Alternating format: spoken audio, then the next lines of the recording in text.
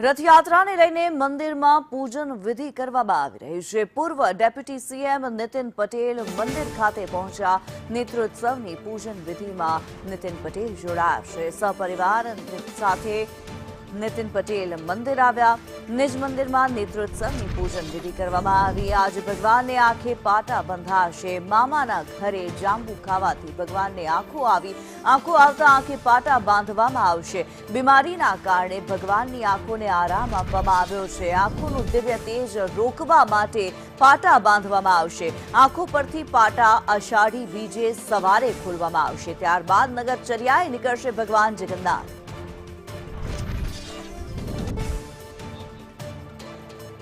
ભગવાન જગન્નાથના મંદિર ખાતે આજે ભવ્યાતિ ભવ્ય નેત્રોત્સવની પૂજન વિધિ કરવામાં આવી છે। ત્યારે ભગવાન જગન્નાથજીને આજે આંખે પાટા બાંધવામાં આવશે। માન્યતા છે કે જ્યારે મોસાળમાં હોય છે ભગવાન જગન્નાથજી, ત્યારબાદ મંદિરે પરત ફરતા સમયે નિજ મંદિરે પરત ફરતા સમયે તેમને આંખો આવે છે અને તેના કારણે જ તેમની નેત્રોત્સવની વિધિ કરવામાં આવે છે અને આંખે પાટા બાંધવામાં આવે છે। ત્યારે આ પૂજન વિધિ માટે થઈને પૂર્વ ડેપ્યુટી સીએમ નીતિન પટેલ પણ સહપરિવાર જગન્નાથજી મંદિર ખાતે પહોંચ્યા છે। અમારી સાથે સંવાદદાતા દિવ્યા જોડાયેલા છે। દિવ્યા, આજે ભગવાન જગન્નાથજીની ભવ્યાતિ ભવ્ય નેત્રોત્સવની વિધિ।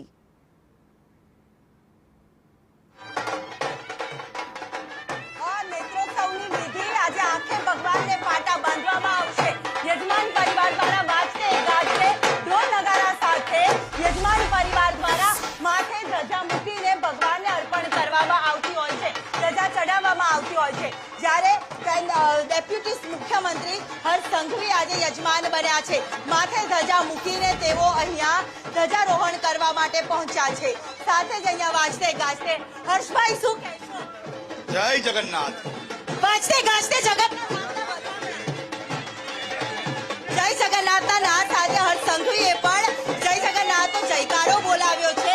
મોટી સંખ્યામાં ભક્તોનું જોડાવું ઉમટ્યું હતું અને દર્શનનો લાભો લેવા માટે ભક્તો અહીંયા પહોંચ્યા હતા।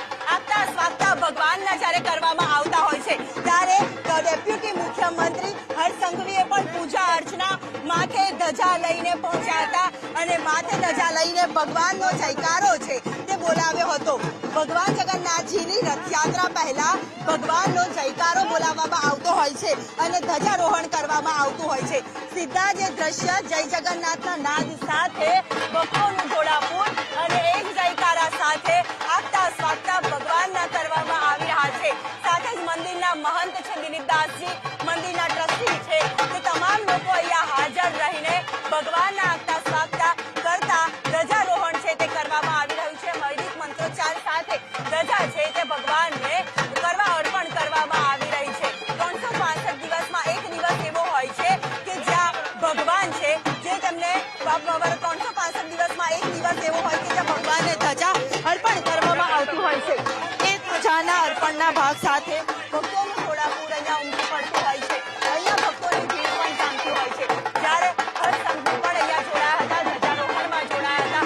સીધા જે દ્રશ્ય અહીંયા જોવા મળી રહ્યા છે, આ દ્રશ્યમાં જોઈ શકો છો કે માથે ધજા રાખીને ભક્તોનો જે અનેરો જે મહિમા હોય છે, હૃદયથી ખુશી હોય છે તે જોવા મળતી હોય છે।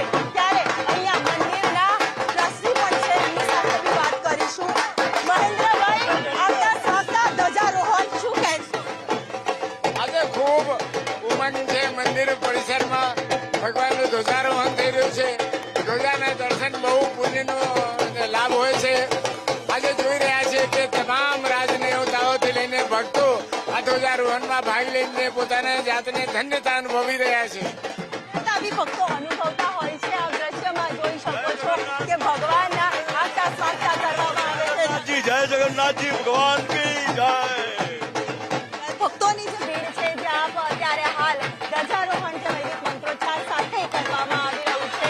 ધ્વજ પતાકા સાથે વાજતે ગાજતે જગતના નાથને માથે જે ધજા અર્પણ કરવામાં આવતી હોય છે। રથયાત્રાના પહેલા પડાવ બાદ અંતિમ પડાવની જે શરૂઆત કરવામાં આવતી હોય છે, એ જ ધજા માટે અત્યારે હાલ પૂર્વ ડેપ્યુટી સીએમ નીતિન પટેલ પણ આ ધ્વજારોહણમાં જોડાયા છે।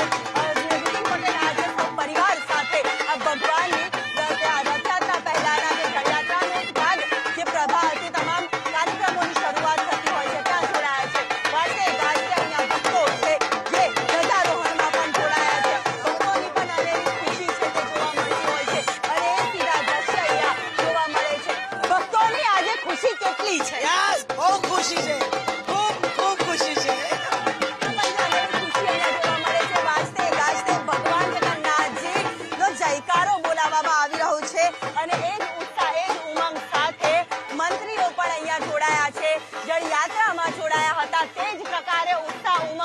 સાથે ભગવાનની ધ્વજારોહણમાં પણ જોડાયેલા છે. એ જ દ્રશ્ય અહીંયા જોવા મળી રહ્યા છે. સાથે જ ભગવાનની સાથે ભક્તોનું પણ ઘોડાપૂર અહીંયા ઉમટેલું નજરે છે તે પડી રહ્યું છે. જય રણછોડ માખણ છોડના નાદ સાથે જયકારા સાથે ધ્વજારોહણ છે તે આજે મંદિરના ઘુમટ પર કરવામાં આવી રહી છે.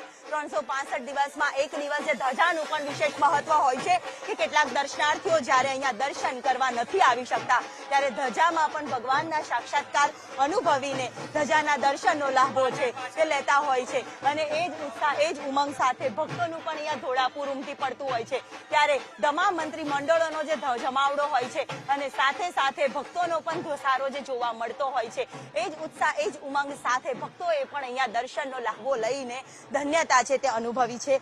સાથે જ અહીંયા ધ્વજારોહણ છે તે કરવામાં આવ્યું ત્યારે આપ દ્રશ્યમાં જોઈ શકો છો કે મોટી સંખ્યામાં વૈદિક મંત્રોચ્ચાર સાથે ધ્વજારોહણ છે તે મંદિરના પ્રાંગણમાં કરવામાં આવી રહ્યું છે. આજનો દિવસ અનેરો હોય છે કારણ કે નેત્રોત્સવ જ્યારે ભગવાનના થતા હોય છે અને એ જ નેત્રોત્સવની વિધિ જ્યારે કરવામાં આવતી હોય છે ત્યારે વૈદિક મંત્રોચ્ચાર સાથે એક લોકવાયકા પણ રહેલી છે કે જ્યારે ભગવાન પોતાના મામાના ઘરેથી મોસાળમાંથી પરત ફરતા હોય છે મંદિરમાં અને મંદિરમાં જ્યારે નિજ મંદિરમાં પરત ફરે ત્યારે મોસાળવાસીઓ જે લાડ લડાવ્યા હોય છે જે જાંબુ ખાવાના લીધે ભગવાનને આંખો આવી જતી હોય છે અને આંખો આવવાના કારણે પરંપરાગત આજના અમાસના દિવસે આજે નેત્રોત્સવની વિધિ યોજવામાં આવતી હોય છે અને ભગવાનને આજે અનેક સાધુ સંતો ખબર અંતર પણ પૂછવા આવતા હોય છે. તેના કારણે આજે ભગવાનના જયકારા સાથે આજે ભગવાનની ખબર અંતર પૂછતા હોય છે અને જ્યારે સાધુ સંતો પણ જ્યારે આવતા હોય છે ત્યારે તેમનું પણ સ્વાગત કરવામાં આવતું હોય છે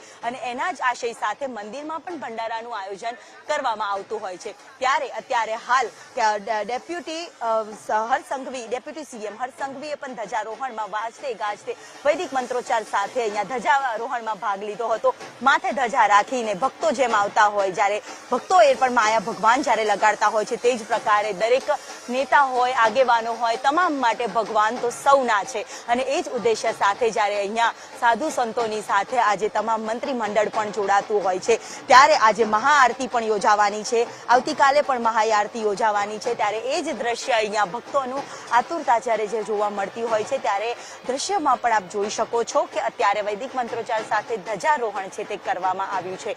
મહત્વનું છે કે આજથી રથયાત્રાના પડાવની હવે શરૂઆત થઈ ગઈ છે. ગણતરીના દિવસો હવે નહીં પરંતુ ગણતરીના કલાકો હવે બાકી રહ્યા છે. આજે અમાસ અને અમાસના દિવસે ભગવાન નિજ મોસાળથી ભગવાન મંદિરમાં આવતા હોય છે. વહેલી સવારે રત્નવેદી વિધિ કરવામાં આવી અને જે બાદ બહેન સુભદ્રા, ભાઈ બલરામ અને ભગવાન જગન્નાથજી એમ ત્રણેય ભગવાનની આજે ધજા અર્પણ કરવામાં આવતી હોય છે. ધજા ચઢાવવાનો ઉદ્દેશ્ય એ જ હોય છે કે જ્યાં દૂર દૂર સુધી ભક્તો નથી આવી પહોંચતા નથી આવી શકતા એ કદાચ ધજા જોઈને પણ ધન્યતા અનુભવતા હોય છે અને સાથે જ એ ધજારોહણ વૈદિક મંત્રોચ્ચાર સાથે કરવામાં આવતી હોય છે. ત્યારે અનેક સાધુ સંતો પણ આ વિશેષ ભંડારાનું જ્યારે મંદિરમાં આયોજન કરવામાં આવતું હોય છે ત્યાં પણ એ સાધુ સંતો છે તે મોટી સંખ્યામાં જોડાતા હોય છે અને એ જ સાધુ સંતોનો પણ જમાવડો અહીંયા જોવા મળતો હોય છે. જય જગન્નાથના જયકારા સાથે દરેક લોકો દરેક ભક્તો અહીંયા જોડાતા હોય છે અને એ જ ઉત્સાહ એ જ ઉમંગ સાથે અહીંયા હર્ષ સંઘવીએ પણ સંદેશ ન્યૂઝ સાથે જે ખાસ વાતચીત કરી તેમાં પણ તેમને એક જ શબ્દ કહ્યો કે જય જગન્નાથ. એટલે આજે આખું સરસપુરથી લઈને તમામ ભગવાનનો જે જયકારો છે જમાલપુર મંદિરમાં જયકારો છે તે પણ સાંભળવા મળી રહ્યો છે અને એ જ ઉત્સાહ એ જ ઉમંગ સાથે ભક્તોનો પણ ધસારો અહીંયા જોવા મળતો હોય છે.